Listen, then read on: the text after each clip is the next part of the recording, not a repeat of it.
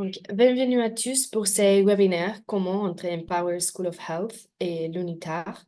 Je vais attendre 20 secondes supplémentaires pour que d'autres participants se joignent à nous et puis nous commencerons les webinaires. Merci.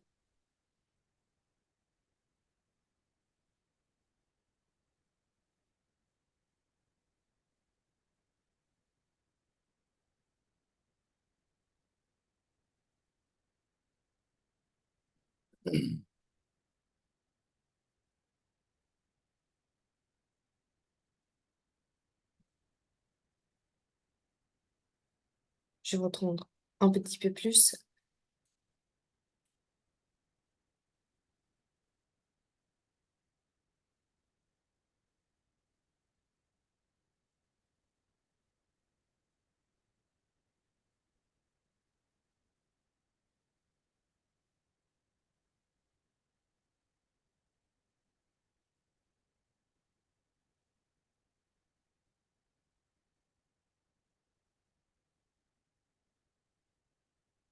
D'accord, parfait, on va commencer. Donc, bonjour à tous, bienvenue à nouveau. Je m'appelle Myriam Kukareya et je vais modérer les webinaires aujourd'hui. Je travaille ici à Genève, dans UNITAR, qui est l'Institut des Nations Unies pour la formation et la recherche dans la division des personnes et inclusion sociale.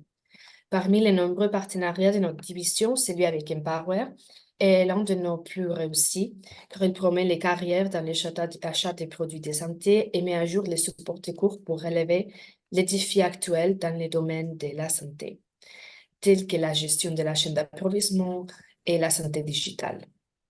Je vais vous expliquer les structures de ces webinaires. Tout d'abord, nous aimerons en savoir plus sur notre public avant le début du webinaire.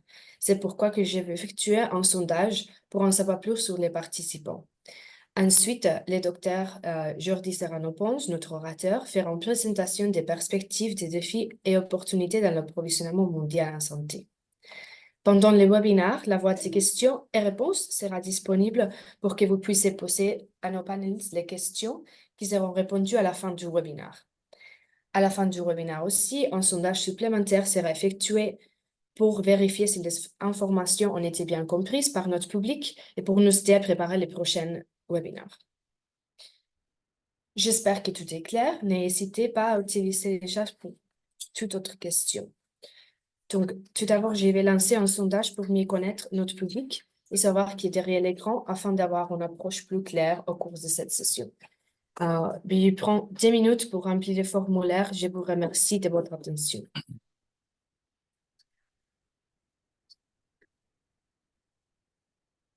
Un moment.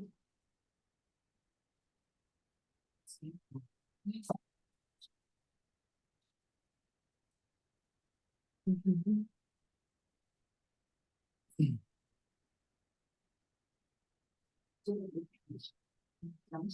Donc, je pense que les questionnaires, c'est en ligne maintenant.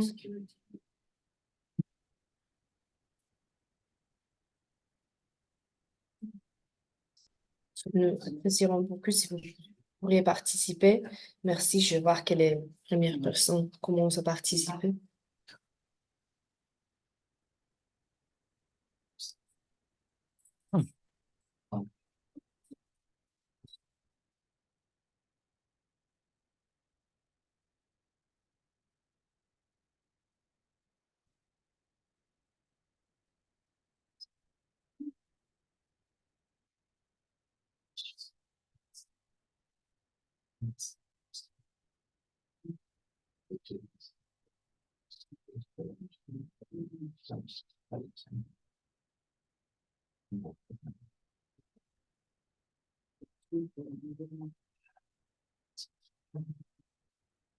Merci. Je vois que personne commence à participer.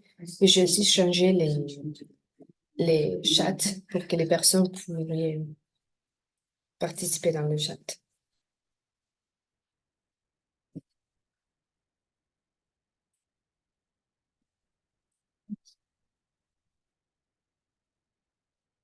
On va attendre un moment.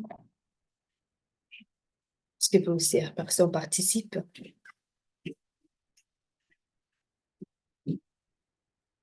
Je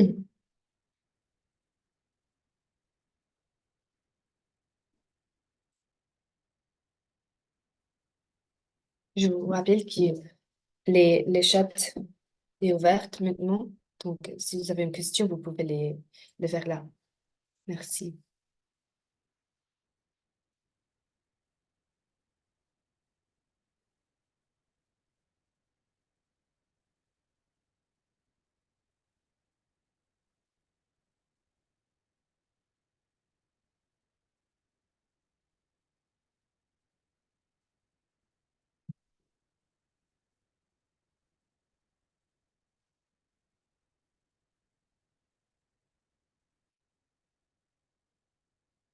D'accord.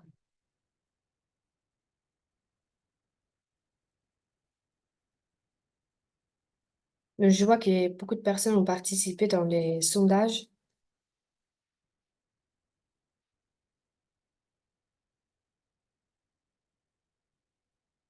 et on va continuer. euh, Avec la présentation. Je vois que notre collègue d'Empower School of Health, Prerna, elle va répondre les questions pendant les webinaires dans les chats. Donc, vous pouvez les faire des questions.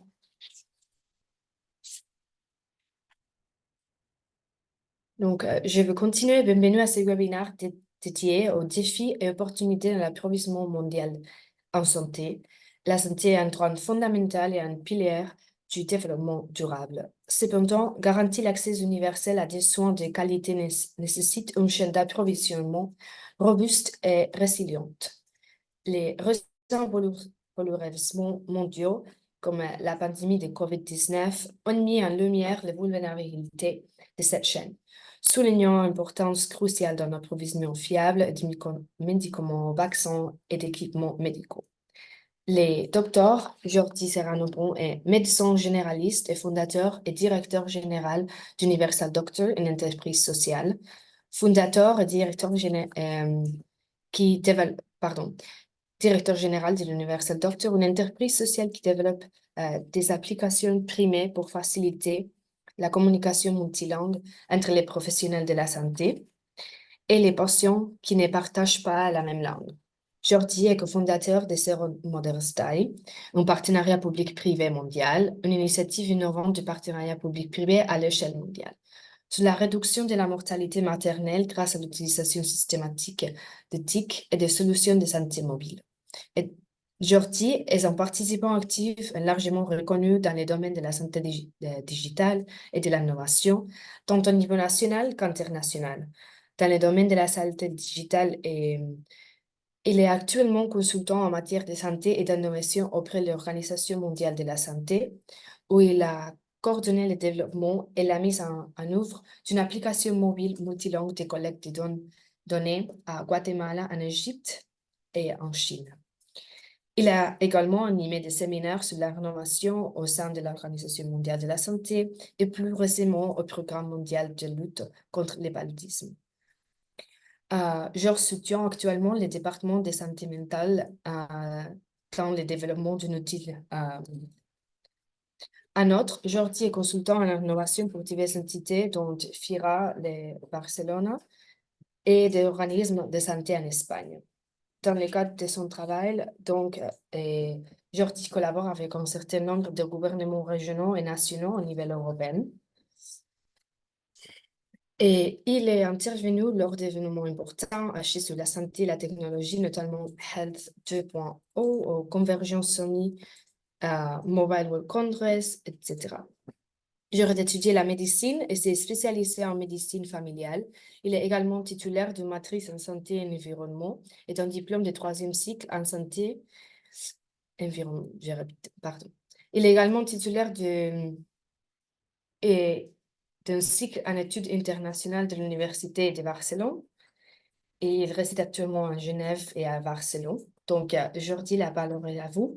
Je vais partager vos présentations.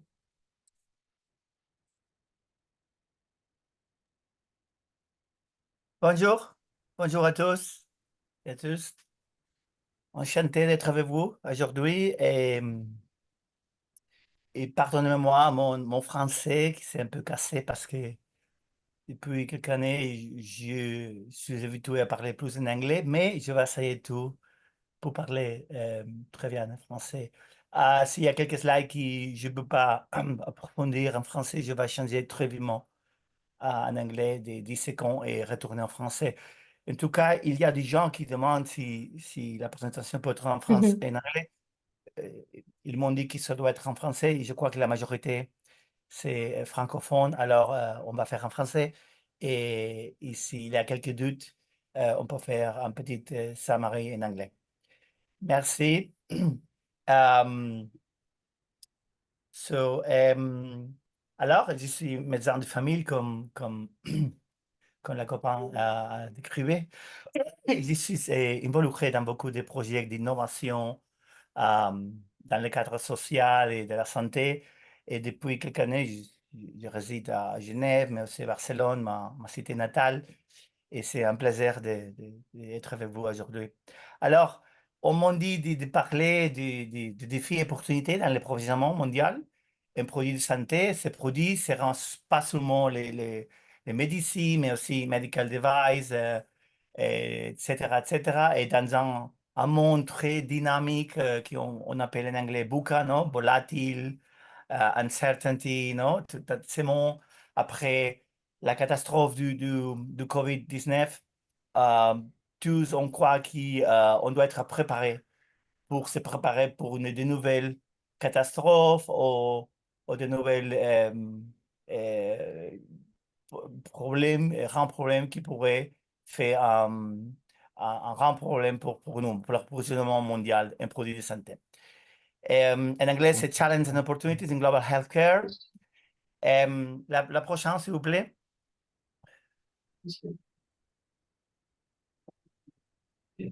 Imaginez-vous que vous êtes Star Trek, vous vous rappelez de ça, et on voyait le monde de très loin, non? Imaginez-vous que dans un futur, on peut faire un QR du stade de planète, non?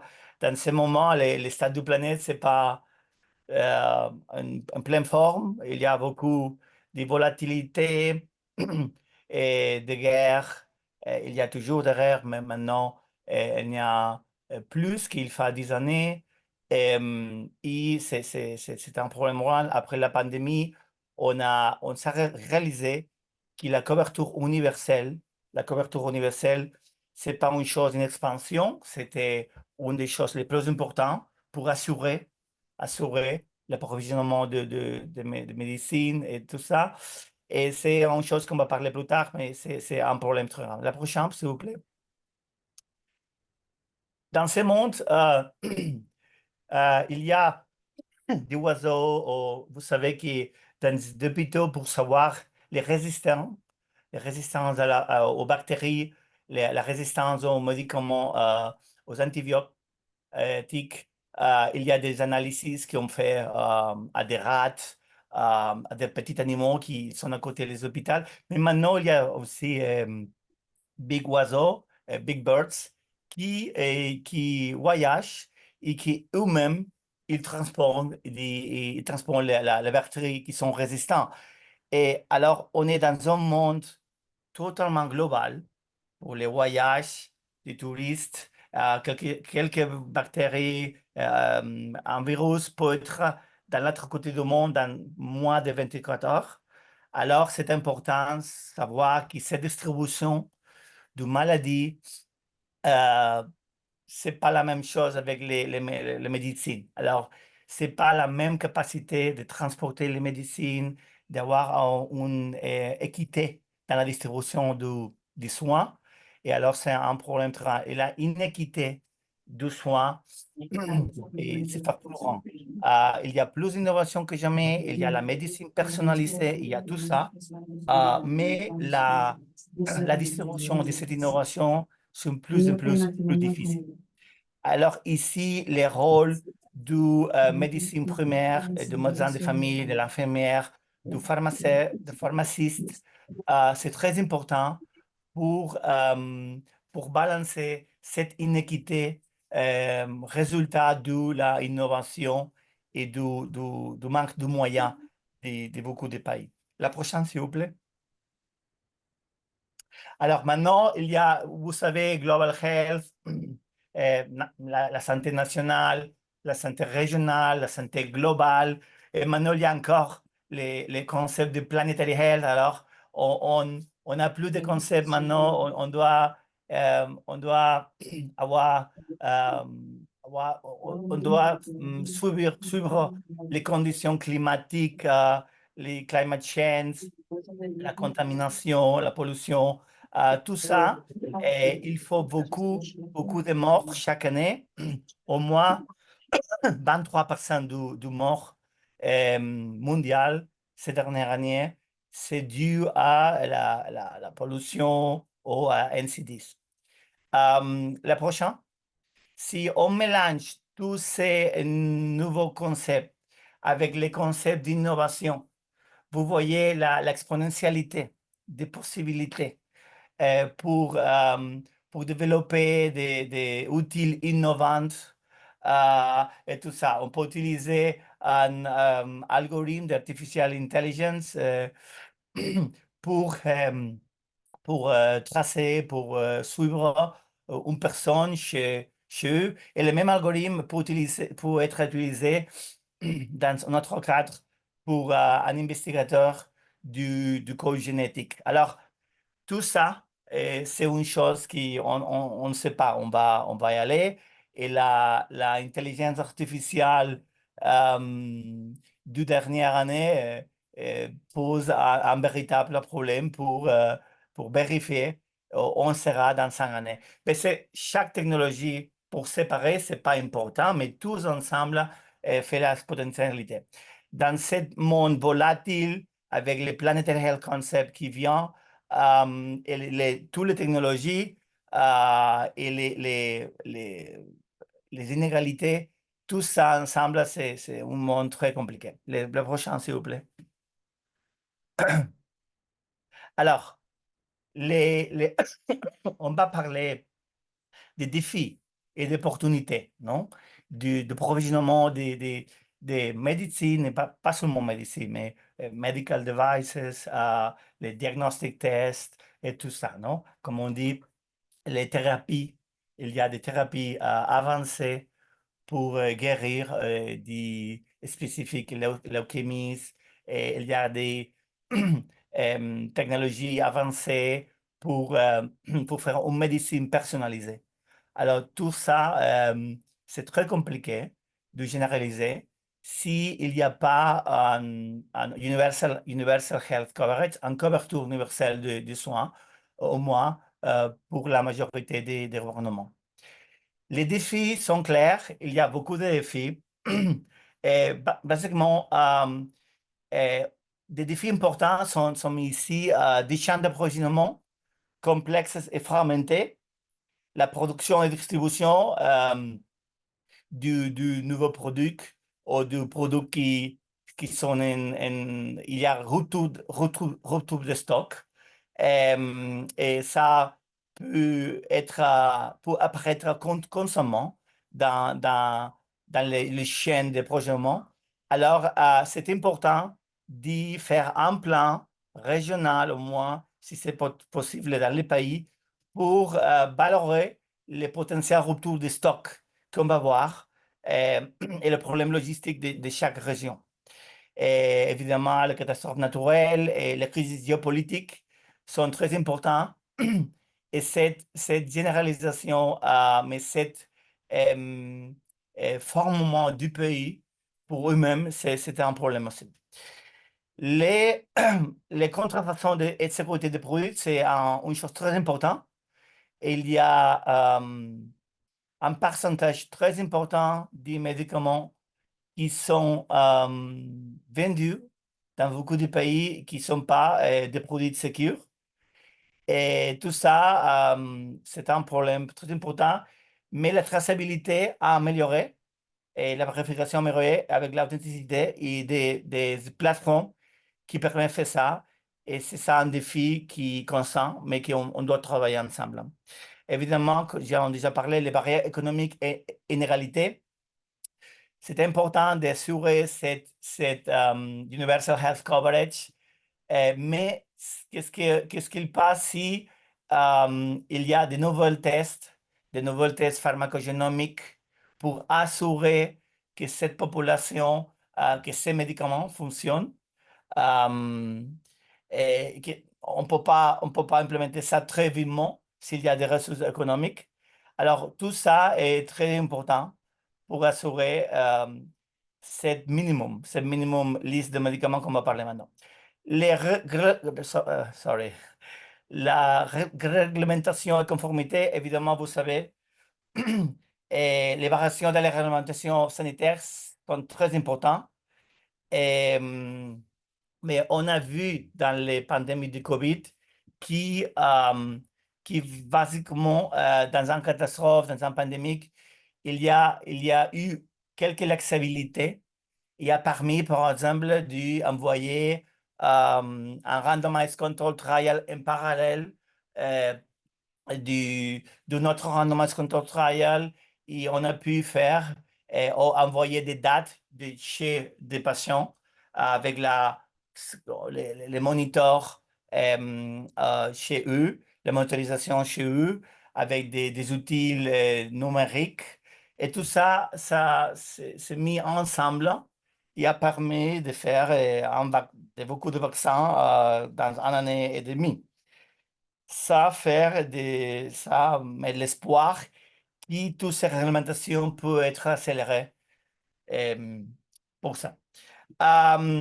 Si, la prochaine, s'il vous plaît, c'était des défis, beaucoup d'opportunités. C'est évident que la technologie de l'information et de la communication euh, facilite, ce qu'on dit, la monitorisation chez des patients, euh, la, la contestation, le patient peut envoyer des réponses, des PROMs, PREMS, Patient Self-Report Outcomes, de chez eux. Et c'est très important. Et l'intelligence artificielle peut être utilisée pour accélérer, pour accélérer de nouvelles médecines ou des médecines qui peuvent être conservées dans la chaleur d'une manière plus efficace, qui n'est pas nécessaire le froid dans la chaîne de distribution. Il y a beaucoup de projets qui travaillent dans ce sens et c'est très important. La production locale et l'initiative de la fabrication, évidemment, ça, c'est relationné avec les brevets du multinational, les rôles et l'harmonisation de la Organisation mondiale de commerce, les négociations entre les parts et la capacité de production locale. C'est tout très compliqué, mais c'est évident que si des pays peuvent accélérer ces productions locales, cette sécurité, c'est meilleur.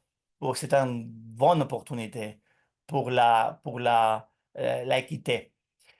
La logistique et l'innovation de transport, c'est la même chose. Il y a plus en plus capacité. C'est évident que dans quelques pays, ils sont utilisés des drones pour euh, envoyer la 5 à tout le pays. Euh, il y a des pays qui utilisent cette innovation pour réduire la chaîne de froid. Il y a beaucoup d'innovations qui permettront euh, accélérer cette distribution. Évidemment, on va parler plus tard, initiative de santé publique et financement, c'est le plus important du Banque mondial, du Gavi, de l'OMS et de beaucoup d'organisations qui vont supporter des gouvernements locaux. La prochaine. Et pour ceux qui ne sont pas habitués, euh, il y a une liste de Essential Medicine List de la OMS qui maintenant, il y a plus de 500 produits.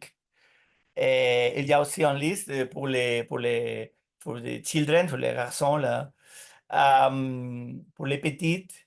depuis 2009, je crois, oui, 2009. Et toutes ces listes d'essential medicine list, c'est très important de travailler dans les régions, dans les districts, pour assurer que ces médicaments sont distribués d'une manière équitable. Et il y a, et ces listes de médicaments, c'est évident, il y a des listes de médicaments pour le diabète, pour les émergences cardiologistes, l'anesthésie, etc., etc. Cette Essential Medicine List, c'est très important de savoir. Il y a des plateformes comme Medlist qui est développée pour la PAHO et Envirem qui facilite euh, les suivis de cette possibilité. La prochaine.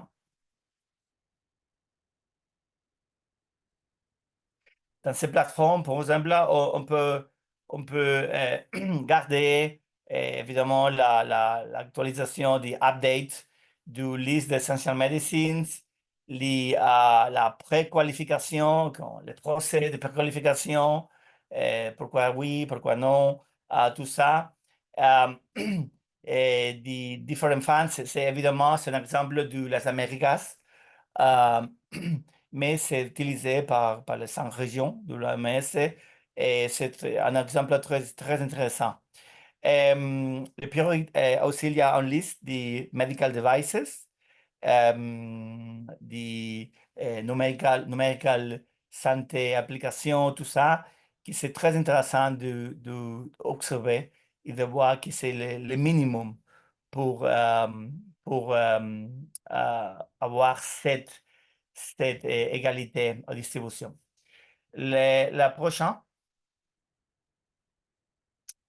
il y a beaucoup de rapports et ça dépend de la vision ou ça dépend du stakeholder. Évidemment, les défis et opportunités sont différents par l'industrie pharmaceutique qui pour les pays, pour les médecins, pour les infirmières, des frontline soignants. C'est différent, les opportunités, les défis. Mais en tout cas, on vit dans un monde ensemble que les différents stakeholders doivent vivre ensemble. Et c'est important de voir les défis et opportunités de chaque stakeholder. Le prochain, pour l'industrie, euh, il y a d'opportunités, c'est évident. Il y a d'industries globales, mais aussi locales à, à l'Inde. Euh, il y a beaucoup d'opportunités à la Russie, aux Chine. Il y a d'autres des pays qui ont accéléré la production locale, le Brésil. Mais en tout cas, évidemment, la compagnie pharmaceutique, ce sont des multinationales globales avec la base initiale du pays occidentaux. Mais évidemment, ça, c'est en train de changer peu à peu et c'est bon, évidemment, pour la distribution équitable. Mais il y a un avancement très important de l'Inde, du Brésil, de la Russie et le développement de médicaments. La prochaine. Euh, on a commenté déjà ça, non? La couverture sanitaire universelle, it's a must, c'est nécessaire, non? Et avant la pandémie, cette couverture était peu à peu en train d'être amplifiée. Des gouvernements ont mis beaucoup de ressources pour sécuriser l'accès aux médecines, aux essential medicine list, aux soins, pas loin de chez la majorité de la population plus pauvre. Mais cette tendance est cassée après la pandémie. Et c'est toujours très important parce que si on fait des efforts logistiques innovants et financiers à une école de production, mais on oublie la couverture sanitaire universelle, alors c'est un défi très important qui la même industrie observe comme un grand problème. Euh, Même si eux-mêmes, on va parler maintenant, et ils toujours jouent à essayer d'avoir des brevets pour garantir les nouvelles innovations, non? Mais c'est un peu compliqué. La prochaine, s'il vous plaît. Évidemment, le vieillissement, c'est une réalité.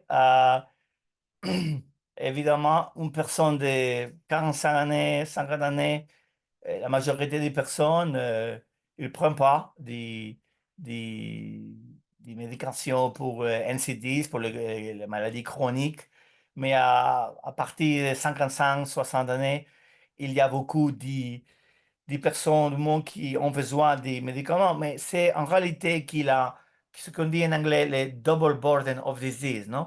C'est la réalité épidémiologique a changé beaucoup, euh, évidemment, et 30 30 années avant, la majorité du pays euh, avec un bas revenu, et ils avaient plus de maladies infectieuses, mais maintenant, dans quelques années, déjà, beaucoup de pays, ils ont plus de burden of disease, non? Des cas, des maladies dans les maladies chroniques qui dans les maladies d'infection. Non, mais en beaucoup de cas, il y a la double nécessité. Il y a la nécessité de combattre la malaria, la nécessité de combattre la tuberculose, de combattre la HIV, et au même temps, il y a un incrément des maladies cardiovasculaires exceptionnel. Et tout ça met en garde la nécessité de jouer et d'assurer, de sécuriser les médicaments du deux côtés. La prochaine, de tout ça, vous voyez, c'est maintenant, c'est dans 20 années, la majorité des personnes âgées vivront dans un pays de revenus faibles. Alors, c'est très important d'assurer, si c'est possible, les changements de habits, les changements, la prévention. Dans les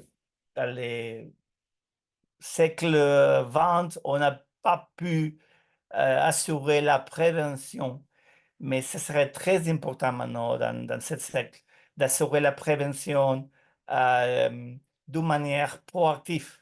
Pour tous les gouvernements, c'est moins cher assurer des programmes de prévention proactifs du risque cardiovasculaire, lier des actions et des réductions de taxes, des aides pour beaucoup de choses, mais lier toutes ces choses avec la proactivité, si c'est possible, des programmes de santé proactifs, non? Réduire la tension artérielle, mettre des devices pour mesurer la tension artérielle dans des boutiques, des magasins, tout ça. Il y a un programme très génial qui a été mis au Brésil, qui, chez des coiffeurs, ont mis des appareils pour mesurer la tension artérielle. Il y a beaucoup de grandes cités comme Brasilia, São Paulo, qui ont réduit, euh, et ont réduit la mortalité pour risque cardiovasculaire à 12%. C'est extraordinaire, avec des campagnes de prévention. Alors, c'est une opportunité incroyable. C'est moins cher prévenir maintenant aux citoyens de 55, de 60, parce qu'après, il n'y a pas l'opportunité dans beaucoup de pays de mettre ces gens de soins intensifs ou la qualité de récupération pour, pour un procès cérébral, un infarct de myocarde. C'est très compliqué, c'est très cher. La prochaine. C'est évident que c'est une vision encore de l'industrie pharmaceutique et une vision un peu occidentale. il y a des opportunités, mais ce n'est pas vrai que c'est seulement occidental. Il y a des opportunités d'investissement de tous les côtés. Dans ce rapport, il parle de la Fédération européenne d'assurance, mais il y a beaucoup d'associations internationales, comme on dit au Brésil, Hollande, South Africa, qui voient l'opportunité d'investir dans des produits biotechnologiques, les possibilités du technique génétique, du médecine personnalisée, c'est très important, non? Même, il y a des maladies génétiques qui peuvent être éditables. Euh, alors, l'anémie falciforme dans l'Afrique, il y a un pourcentage très important du genre. Et dans pas beaucoup d'années, ça sera une réalité qui peut être éditée. Alors, toute cette technologie, il y a de très grandes opportunités.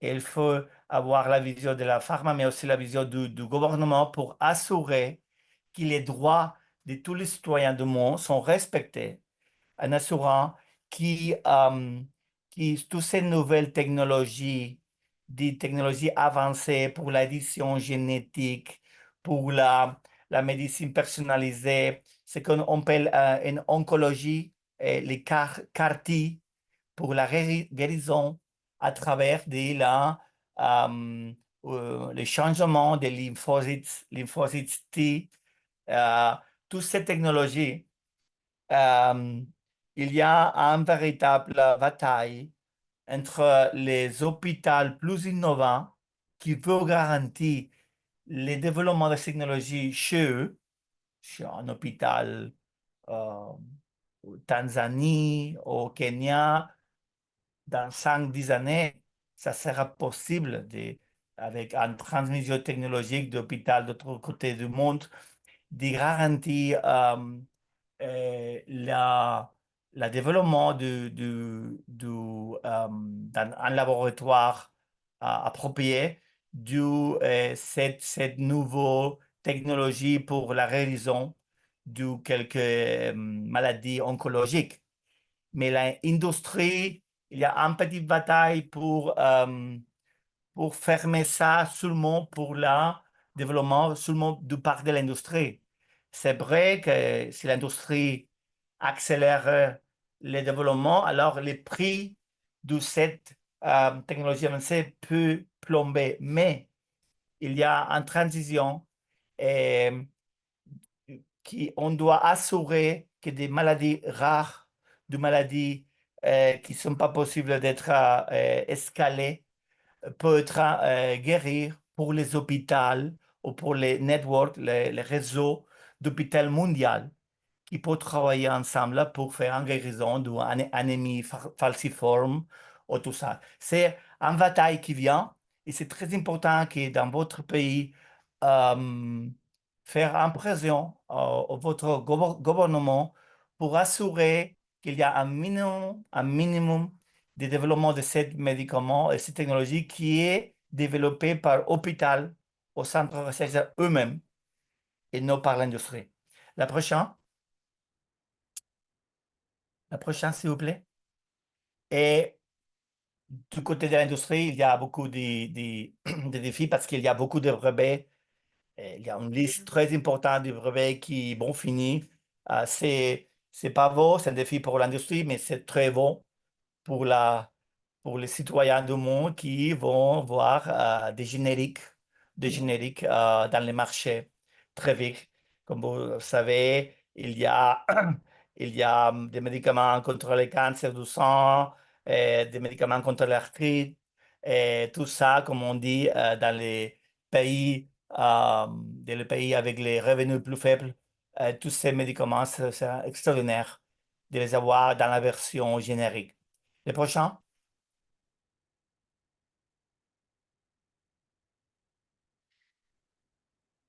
c'est vrai, et c'est ce qu'on a dit, il y a une tendance dans beaucoup de pays de couper les dépenses de santé. Et c'est compréhensible s'il y a un dette très grand, mais d'un côté, d'un côté, à moyen terme, au moins la dépense du prévention serait très important d'être augmentée.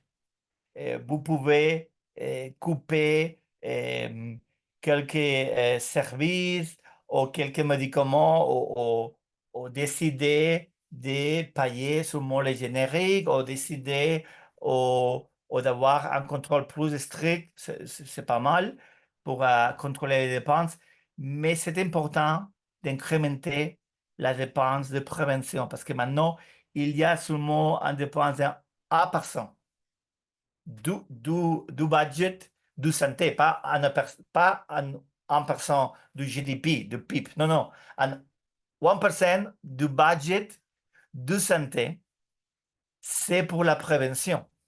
Et on estime que si on peut incrémenter cette budget seulement pour 4% du budget de santé, on fera descendre 4 points les dépenses du GDP de santé totale. C'est extraordinaire. C'est extraordinaire. Il y a 10 pays qui ont incrémenté la dépense militaire, OK? Mais ces 4 points qu'on incrémenté, ils pourront les avoir si incrémentent seulement 2 points en prévention de santé. Alors, tout ça, c'est très important parce que le gouvernement, il doit couper, mais quelquefois, il faut investir dans les choses qui vont couper plus tard beaucoup de dépenses. Et évidemment, ça a besoin des politiciens avec une vision de 8-12 années. Et c'est très compliqué dans beaucoup de pays. Et le prochain, évidemment, cet approvisionnement, c'est important. euh, d'assurer le développement local. Après la pandémie, tous les gouvernements ont vu comment il y avait des luttes pour assurer des épices, seulement pour les vêtements. Et c'était une catastrophe de manière humanitaire. Et c'est très important d'assurer au moins les chaînes que vous déjà avez dans votre pays. Le prochain.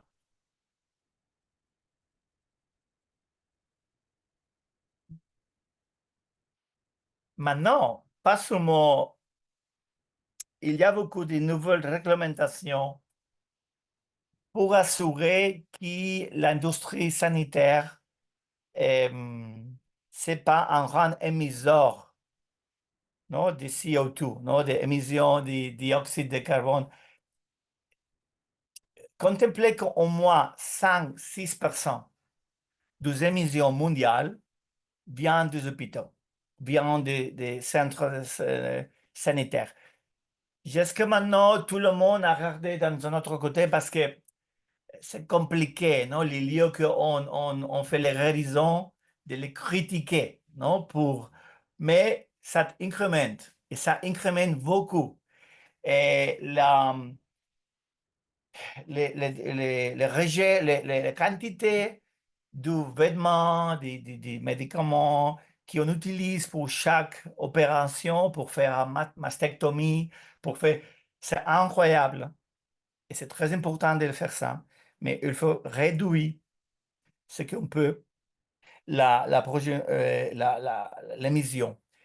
Dans toutes les émissions de santé, au moins 60% vient du approvisionnement des produits, des médicaments, tout ça. Alors, c'est très important d'assurer dans les control trials, clinical control trials, c'est ce qu'on fait. Alors, dans un randomized control trial level 1, phase 1, et d'un nouveau médicament, excusez-moi, on dépense au moins entre 15 et 20 tonnes de CO2 à l'atmosphère. En phase 3, qui a besoin de monitoriser beaucoup de gens, c'est 1500 tonnes de CO2. Alors, des nouvelles technologies pour assurer que les patients sont chez eux pour répondre les questions. Et tout ça, c'est important. Mais quelquefois, c'est un paradoxe. On donne des téléphones aux patients pour faire ça, et après, ce téléphone est lancé à la poubelle. Alors, c'est meilleur d'avoir une personne qui visite ce genre avec une voiture hybride, par exemple. Alors, c'est un peu un paradoxe. La même chose comme si vous avez beaucoup de doutes et vous avez besoin d'entrer dans ChatGPT, sans Google Search, chaque fois que vous faites un search, il y a une utilisation des engines, non, très rare. Et ça peut être que c'est meilleur d'imprimer un papier une fois, de l'avoir devant vous et de mémoriser très bien l'algorithme, la médication, tout ça, et non chaque fois aller dans l'ordinateur. Parce qu'il y a un peu un paradoxe ici. OK? Alors, la digitalisation, c'est très important, mais jusqu'à un limite. Hein. Le prochain,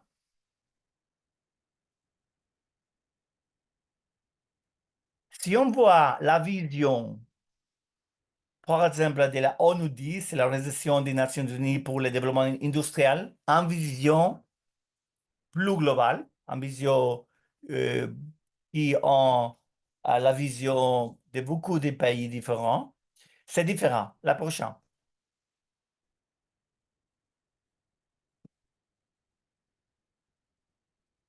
Ces visions sont une vision qui cherche l'équité pour tout le monde. La prochaine, s'il vous plaît.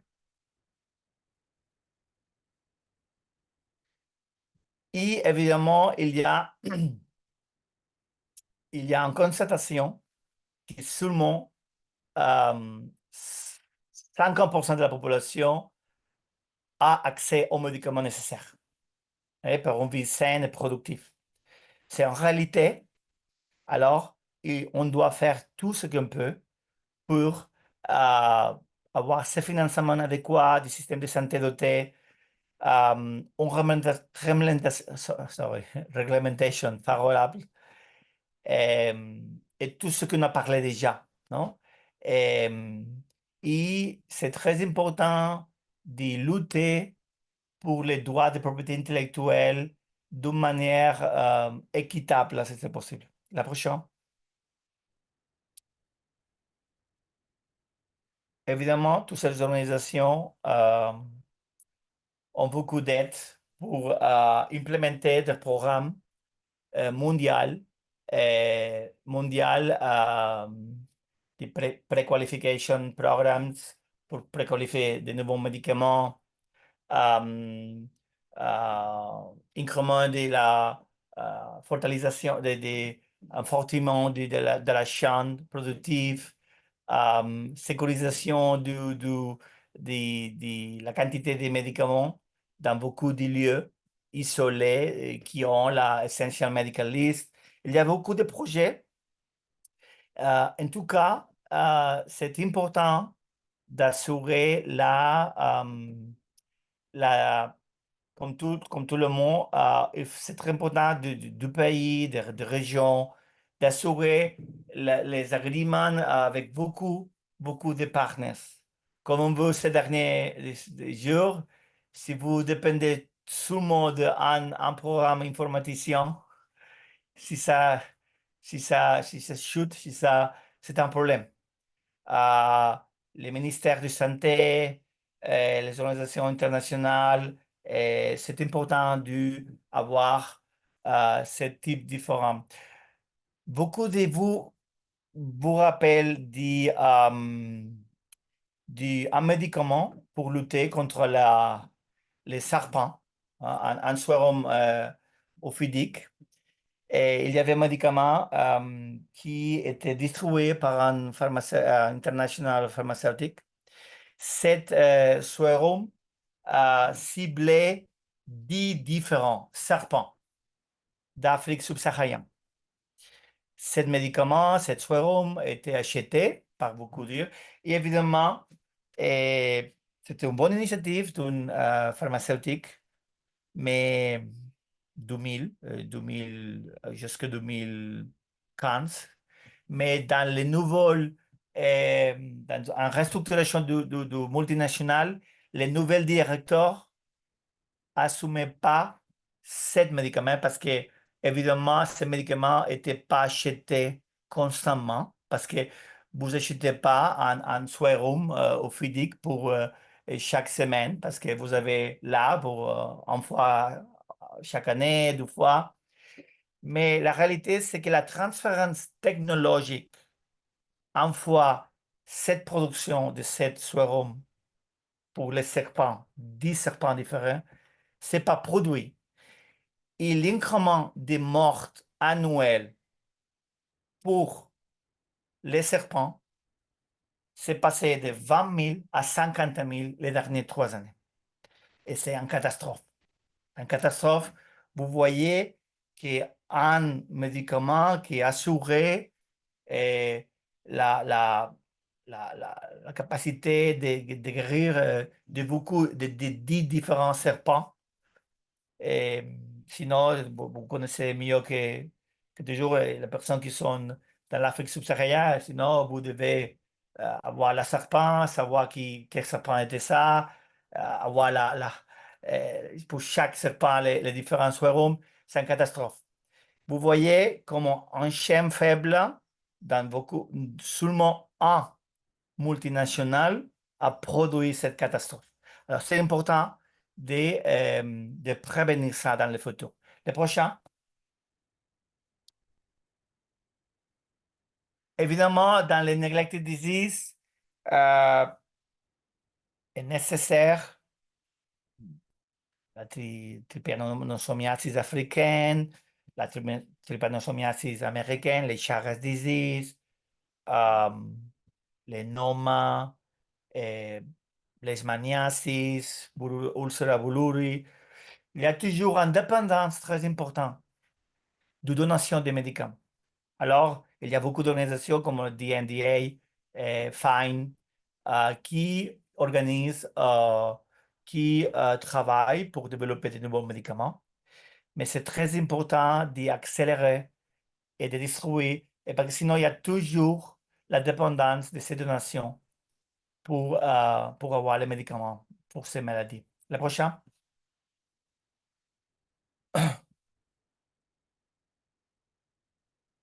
le prochain, s'il vous plaît.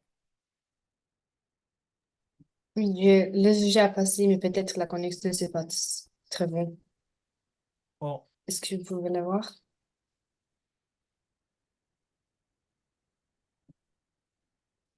voilà, je vois pas. Ah, oui, oui, merci. Euh,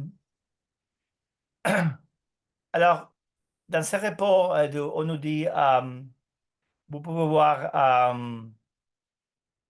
cette monde bouca, non, volatile, c'est compliqué, non, mais on doit mettre les ressources, non?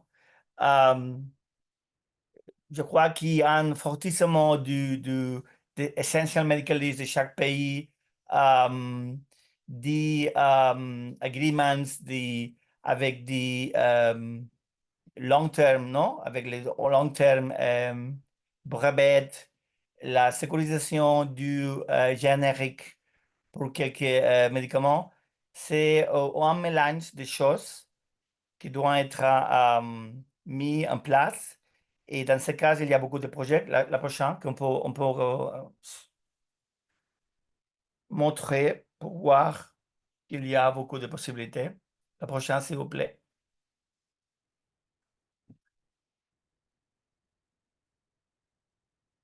Et la prochaine. Oui, excuse-moi, je change les slides, mais le problème, c'est que la connexion, c'est Ah, un petit peu OK, instable. Donc, OK. il y a un Comme petit... problème. Essayez d'avancer. Mais oui, alors, il y a beaucoup on va voir plus tard, il y a beaucoup d'innovation, non, pour assurer l'implémentation, euh, oui. Euh, Et vous si pouvez vous voir pouvez les avancer. figures 4. Je Oui, change à figure la 4. prochaine. Oui, oui, oui, oui, oui. Alors, euh, il y a beaucoup, oh, vous verrez plus tard, il y a beaucoup de euh, projets qui sont implémentés entre des institutions réglementaires des pays comme Japon et d'autres pays qui ont mis des agreements avec des pays américains, africains. C'est toujours important d'assurer la réglementation et de renforcer cette infrastructure industrielle, non, de ces pays. La prochaine, on va voir exemple concret. Le prochain, la prochaine, s'il vous plaît, la prochaine, parce qu'on n'a pas beaucoup de temps. Ici, vous voyez des projets concrets, hein, entre les Ghana et Japon, entre le Cuba et Slovénie, entre Inde et Fidji.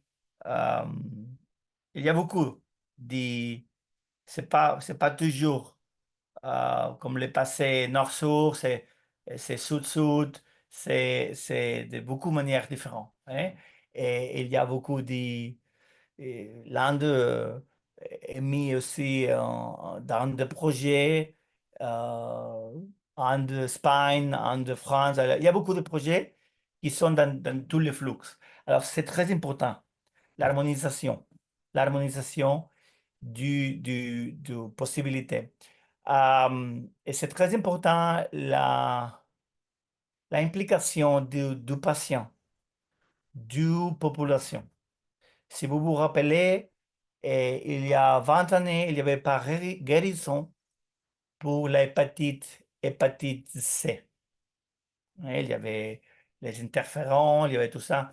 Mais c'est après les nouveaux médicaments qui transforment ces maladies en maladies chroniques et presque la guérison, presque, euh, et qui fait échapper, fait les transplants hépatiques, et l'oncologie dans le foie, l'hépatocarcinome.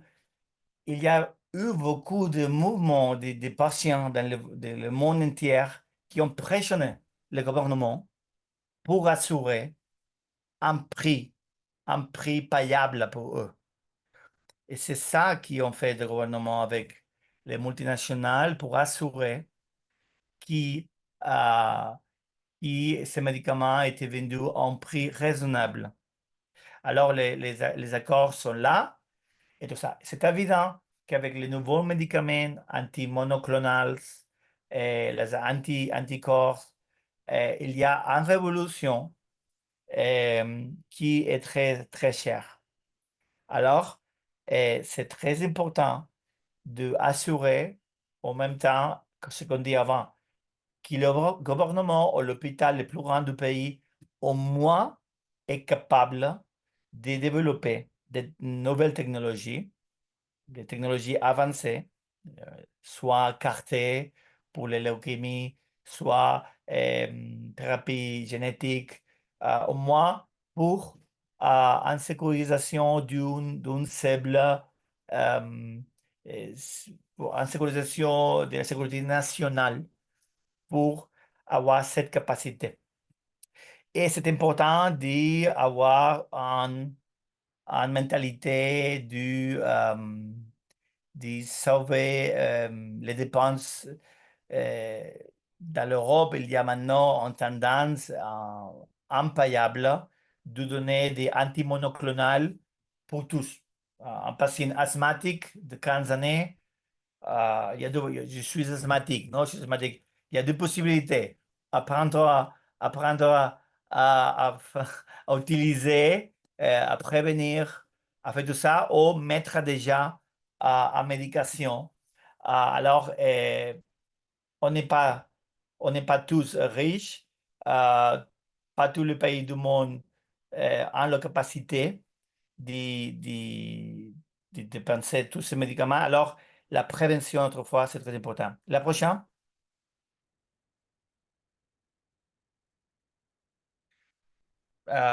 Il y a maintenant beaucoup de slides qui, comme vous voyez, il y a beaucoup d'innovation pour assurer que dans ce monde il y a plus de chaud, tous ces vaccins sont plus résistants, tout ça. La prochaine?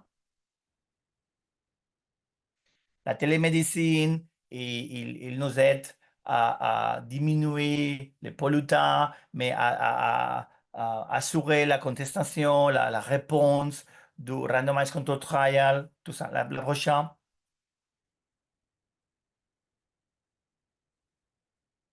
c'est un map d'immortalité due au chaleur. C'est lancé la dernière semaine et maintenant on sait dans chaque région quelle a été la mortalité les derniers étés et selon la température, on aura la capacité de savoir que la mortalité des majeurs de 60 années, c'est comme ça, c'est comme ça. Alors, c'est là qu'on doit aller chez les patients et voir comment étaient les médicaments pour la tension artérielle. Parce que comme vous savez, quand la chaleur augmente, on diminue la tension artérielle, mais si encore vous êtes une personne âgée et vous avez encore les médicaments pour réduire la tension artérielle, c'est un problème. Il y a beaucoup de morts qui sont passées parce que la médication n'est pas changée, non? Comme ça, c'est un projet qu'on va voir l'innovation et qu'on va changer tout ça, non? Le prochain, tous les hôpitaux du monde, les nouveaux hôpitaux, doivent être un centre qui essaye de renforcer la primaire, la médecine primaire, les centres primaires de médecine, et qui seront plus petites, avancées avec plaques solaires, avec, si c'est possible, net zéro, pas émission de carbone. Et au gauche, il y a un hôpital, l'unique hôpital à l'Espagne qui c'est zéro émission du CO2 dû au panel solaire, au process, aux réductions des médicaments dans les chambres pour en prévention, pour euh, il y a une réduction de médicaments due de l'or parce qu'ils ont préféré envoyer son patient au promener au côté en forêt et après il retourne à l'habitation et tout ça. Il y a beaucoup de choses qui pourraient être faites. Et évidemment, la prochaine, ce qu'on dit de digital health, de digital health, le prochain, c'est la santé digitale, c'est bon, mais ça dépend. Si on utilise plus, et chaque de nous, on dit à chaque GTP, à Google, écoute, donnez-moi la présentation faite maintenant. Donnez-moi ça. Et les algorithmes. Et tout ça, les centres de computation se font plus grands. Les ressources sont plus en plus importantes et ce n'est pas infini. Alors, on peut réduire euh, la carbone d'un côté, mais ce n'est pas nécessaire. Dans le futur, ce sera prohibé, ce sera interdit de faire des recherches pour une chose que ça serait obligatoire de savoir. Alors, il y aura un paper, non? L'algorithme, vous travaillez votre cerveau et vous seulement cherchez ce qui est nécessaire. Le prochain, euh, il y a beaucoup, dans beaucoup de lieux, et c'est aussi très important, genomics, les brevets mondiaux de entreprises qui fait la séquenciation génétique, c'est Illumina, c'est fini. Il y a beaucoup d'entreprises chinoises maintenant qui font un prix très, très réduit, mais il y a toujours la possibilité d'être très autonome pour faire la séquenciation des petites quantités de gènes en séquenciation qui s'appelle CSS. Euh, la autonomie, la capacité. Il y a un appareil qui s'appelle Minion qui coûte seulement $800. C'est peut-être cher, mais c'est pas un qui permet des chercheurs de faire une investigation dans beaucoup de pays, dans les domaines One Health et tout ça. Le prochain, c'est qu'on appelle les digital exposomes, non? Ces brevets de médicaments qui sont distribués pour toutes les personnes ensemble et égales. Si vous n'avez pas en compte la pharmacogénomique, la génomique, c'est pas la même chose une personne qui vit dans le centre d'une cité avec la pollution qu'une personne qui vit dans l'autre côté de la cité. Peu à peu, le prochain, on pourra valoriser que chacun de nous, et pas seulement, on savait déjà ça avec l'épidémiologie, mais maintenant on a la preuve, non? On constate qu'on peut monitoriser que ces personnes de cette banlieue la, la fréquence cardiaque change parce que la pollution c'est plus haute ou les conditions ambientales, ce qu'on appelle le digital exposome, non? Et peu à peu, on aura plus d'innovation pour savoir que la personne qui vit dans ces banlieues, écoute, le niveau c'est différent d'autres personnes qui vont dans notre ligne. Ok? Le prochain, c'est before, on savait que non, les personnes qui non, maintenant on sait que la electrodermal activity c'est différent de ces personnes parce qu'elles vivent dans ces conditions. Le prochain, microbiote, la révolution qui vient maintenant, c'est incroyable, hein. On va, on change chaque 6 mois la vision du médicament, l'interaction avec les intestins, l'intestin avec les cerveaux. C'est incroyable ce qui est en train de changer. Et c'est très important pour, pour customiser, pour faire la médecine personnalisée dans tout le monde entier. Le prochain, on va finir dans 2 minutes. Ya. On a développé un réseau qui s'appelle Planet Health Innovation. C'est pas seulement l'Europe, c'est aussi l'Afrique. On va lancer aussi Omega, qui c'est un non-profit qui a toutes ces visions 360, non? Et le prochain, et qui met ensemble tous les gens. Et on a fait, c'était dans un déjeuner soutenable, healthy one, non? Et on a fait ça à Barcelone, on a fait ça à London, Cape Town, soon.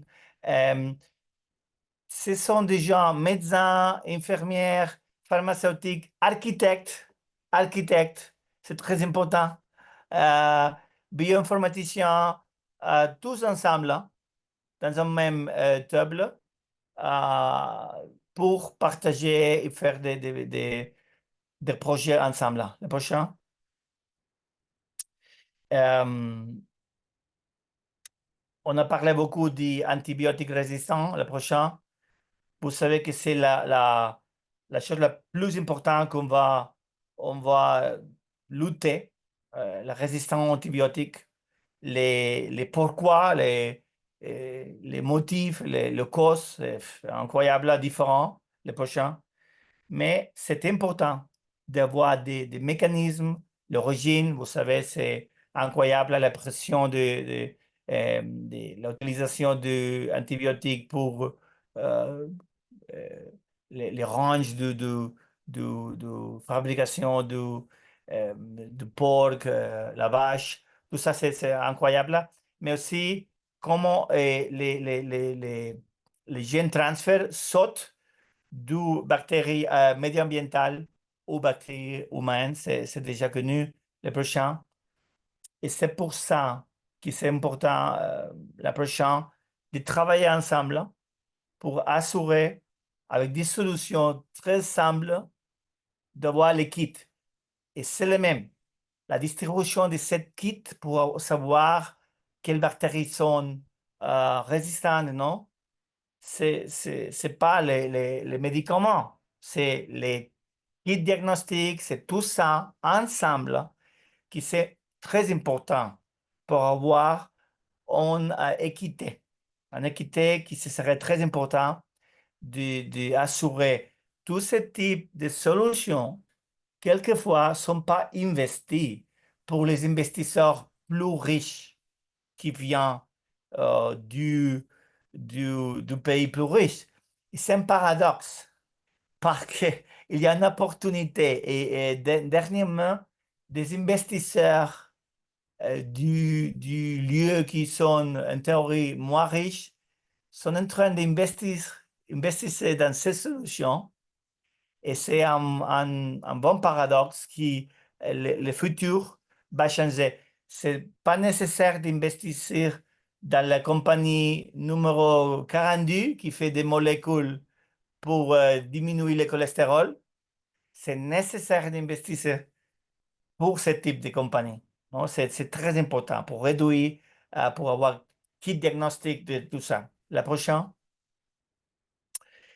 Yeah, un petit projet personnel, mais qui reflète tout ça. La prochaine, on parle de 8, pardon parce que c'est en espagnol, mais médecine personnalisée, prédictive, préventive, participative, populationnelle, primary, planétaire, avec un proposite. OK? Tout ça, c'est très important. OK? La prochaine, si on veut que la médecine c'est comme ça, on doit travailler avec tous les éléments, tous les stakeholders. Les médecins de primaire doivent être impliqués, les infirmières, et le gouvernement doit lutter pour avoir une sécurisation de essentiels médicalistes, mais aussi des tech diagnostics. Mais finalement, il y a pays, même les plus riches du monde, je vous y parle quelquefois, mais même les plus riches du monde, tout le monde sait qui est le plus riche du monde, pas les plus podereuses, mais les plus riches, ils n'ont pas la capacité de payer tout ce qui est nécessaire. Seulement les pays, les régions qui mettent en place une intervention de prévention auront la capacité pour avoir les citoyens avec une santé appropriée. Le prochain, c'est-à-dire toutes ces interventions ensemble, l'utilisation de réduction de médicaments, euh, le travail ensemble, si c'est possible, l'utilisation de nature. Il y a beaucoup d'études qui démontrent que la personne qui est capable d'y aller promener, si c'est possible, parce que c'est pas possible dans beaucoup de méga cities. Mais c'est très important que l'on ensemble et de voir que si on travaille ensemble, on peut réduire les coûts et c'est très important dans l'approvisionnement de médicaments, de kits diagnostiques, tout ça. Et du futur, très important, très différent, très innovant, si on ne renforce pas le rôle du médecin de primaire et l'infirmière de primaire et les pharmacistes de 20 lieux, si ce n'est pas renforcé, ça serait impossible de distribuer les nouvelles innovations d'une manière équitaire. Les personnes qui feront la médecine plus équitable seront précisément les médecins primaires et les infirmières primaires qui savent quelle est la nécessité de chacun. Si une personne vivre seule, elle doit la visiter pendant l'été. Si une personne n'a pas les connaissances pour assumer tous ces nouveaux médicaments. C'est très important. Merci et merci pour être encore là. Merci beaucoup, docteur Ponce, pour cette information très intéressante et cette présentation très précise et détaillée de toutes les actions qui vont mettre en practice pour faire face aux défis d'opportunité dans la promotion mondiale de la santé, pour reconnaître la situation actuelle. On veut, on va voir dans la boîte des questions s'il y a des questions que vous pouvez répondre. Je vois qu'il y a une qui dit qu'en pensez-vous par rapport à la thérapie magnétique qui gagne de la place actuellement en Afrique? C'est la question où? La question, c'est dans les questions and answer boîte et c'est la troisième à la fin. Par Troisième à la fin. Ah, je ne la vois pas. Qu'est-ce que c'est quoi avec la thérapie magnétique? ouais, ça c'est. Ouais, je ne connais pas beaucoup, mais si je garde cette question. C'est évident que toutes les thérapies, il est nécessaire, non, du randomized control trial, um, assurement, les validations. Vous savez tous qu'un médicament en phase 1, 2, 3, 4, la validation pour les FDA, la EMA et des autres nationales national associations. Alors, si cette thérapie, dans déterminés cas, c'est validé, il y a quelques pathologies, endométriosis, il y a euh, pendant la ménopause, il y a beaucoup pour renforcement du, du muscles, non? Il y a beaucoup il y a beaucoup de thérapies qui sont innovantes, mais toujours, je ne sais pas dans quel cas cette thérapie magnétique il parle, toujours c'est important de vérifier qu'il y a en, comme le FDA aux États-Unis, comme la EMEA en Europe, qu'il y a un gouvernement national qui a validé avec le ministère de Santé cette thérapie, parce que sinon, euh, c'est impossible d'assurer que c'est valide, non? Mais il y a toujours cette thérapie mélangée qui profite quelques medicine-based concepts, mais après la validation, c'est pas fait. Mais je vais étudier un peu si vous me voyez précisément là, dans quel domaine. J'ai beaucoup d'amis au FIND à Genève, pour il faut beaucoup de validation de nouvelles technologies. On peut répondre à ça, à vous. Merci. Merci beaucoup de votre réponse. Et je vois qu'il y a personne qui veut parler. Je dis que vous pouvez mettre vos questions dans les chats, dans les questions and answer vote. Il y a ensuite une autre question, peut-être très intéressante. On n'a pas beaucoup de temps, donc on peut répondre ça. Et après, on continue avec l'autre questionnaire. C'est les questions de Yannick Eva Obam qui dit l'accès aux produits de santé demeure un grand problème pour la santé publique mondiale. Chaque année, des réflexions sont faites, mais rien n'est visiblement fait. Et chaque année, on revient sur les mêmes débats. Quelles décisions à court, moyen et long terme sont prises? Pourquoi par créer des centrales pharmaceutiques régionales? Peut-être, docteur, vous pouvez partager en Écoute, petite réflexion. malheureusement, on a vu que pendant la pandémie de Covid, euh, il y a eu pays qui n'ont pas résolu de manière vite, non? Les vaccinations et tout ça, non?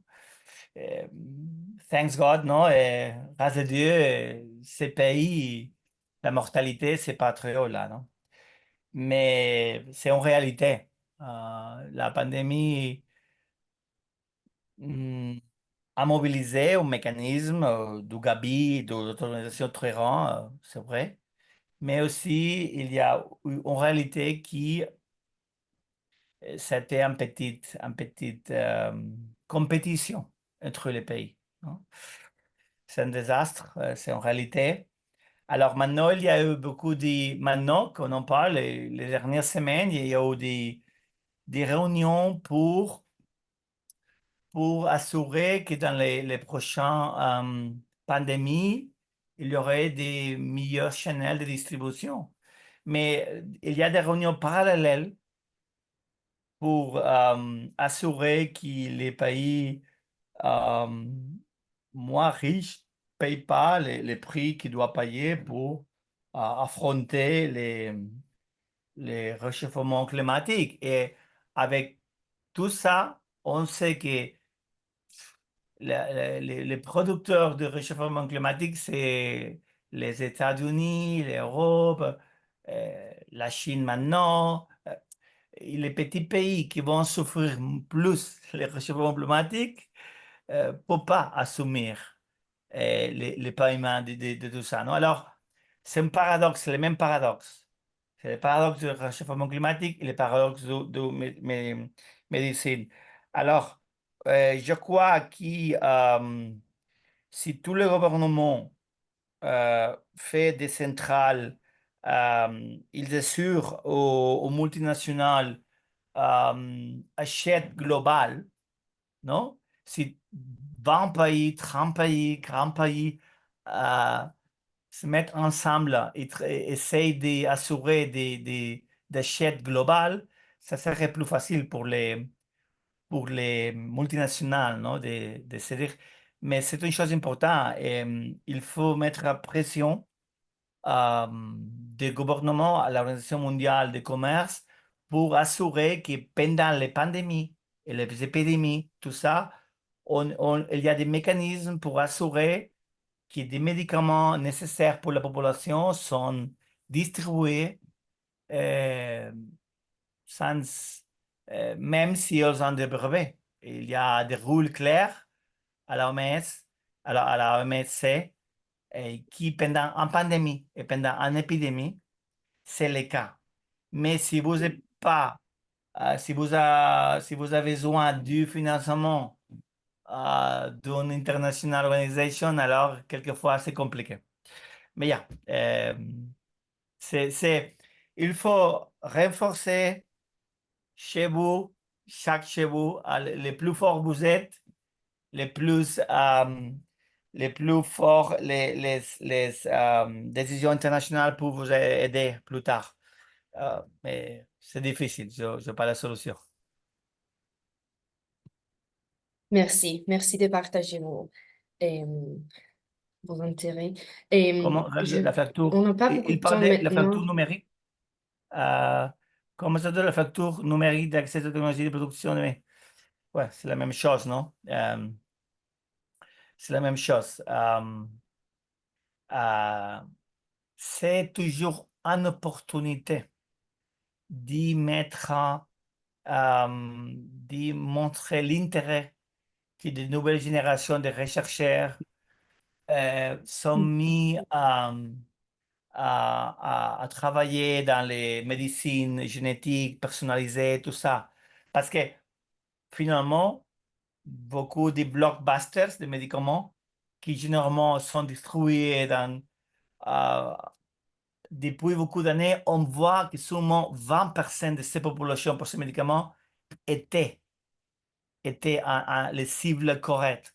Et on sait qu'à l'Afrique, il y a beaucoup de variations génétiques, question euh, que tout le monde sait, non? Et tout le monde vient de l'Afrique, alors la variation génétique des Africains, c'est plus important. Alors, en recherche très important à l'Afrique est nécessaire pour voir si des médicaments dans ce type de population est nécessaire. Alors là, je crois que c'est un front important pour pressionner, non? Pour mettre des ressources là, parce que c'est comme toujours, euh, il faut en anglais, leapfrogging, non? Et si vous êtes un peu retracé dans une technologie, sautez à la prochaine et mettez les ressources dans les prochains parce que vous pouvez être là plus avancé, non? Alors, tout ça, c'est important. Et, mais il y a dans un monde très volatile, c'est difficile, non? Mais merci. OK. Merci de vos réponses. Et je, je veux dire que j'ai partagé la présentation dans le chat. Donc, vous pouvez la télécharger. C'est là parce que je vois que beaucoup de personnes demandent d'avoir les documents. Je l'ai partagé là. Ensuite aussi, j'ai partagé les links du YouTube channel d'Unitar. Là-bas, je veux partager cet webinaire ici, mais aussi il y a beaucoup d'autres webinaires qu'on a fait déjà avec Empower, d'autres Merci. thèmes, d'autres euh, choses d'intérêt de santé. Donc là-bas, vous pouvez voir des autres vidéos. On n'a pas beaucoup de temps, désolé, parce que ça va terminer dans 20 minutes, mais je veux partager un petit questionnaire aussi pour sondage pour avoir plus d'informations, pour voir quel est votre topic d'intérêt et tout ça. Donc, si vous pouvez les... Ça, c'est la première. Et ensuite, je vais faire une autre enquête si je peux parce que...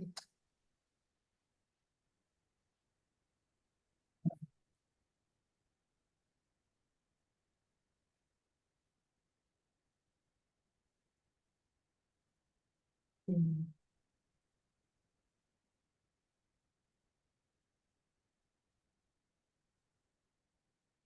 Mais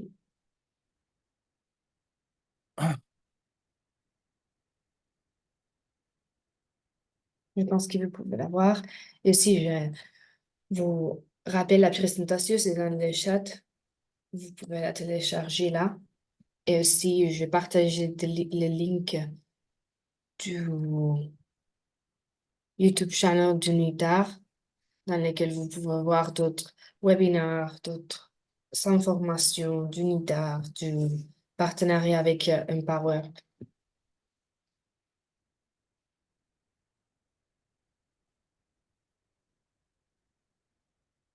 Et aussi, mon collègue d'Empower, elle a partagé toutes les informations du contact d'Empower, les emails et les personnes dans lesquelles vous pouvez contacter pour avoir plus d'informations du cours, de formation, etc. Et aussi les réseaux sociaux d'Empower dans lesquels vous pouvez voir les prochains webinaires ou les prochaines activités qu'on a.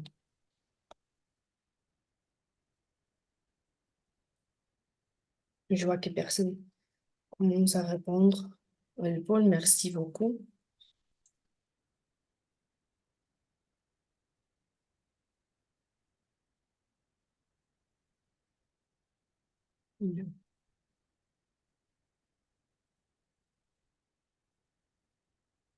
Vous êtes, ce sondage nous aide pour faire d'autres webinaires d'intérêt dans d'autres choses d'intérêt du santé. Donc, merci de me compléter. Je vois que beaucoup de personnes commencent.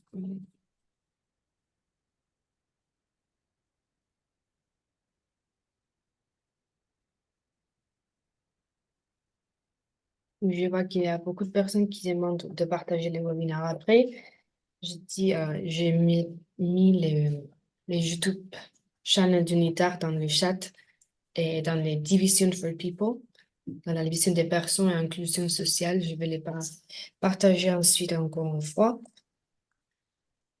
Donc ici, je vais publier les webinaires là-bas et vous pouvez les voir Et aussi, je vous invite à voir d'autres webinaires qu'on a déjà fait avec Empower.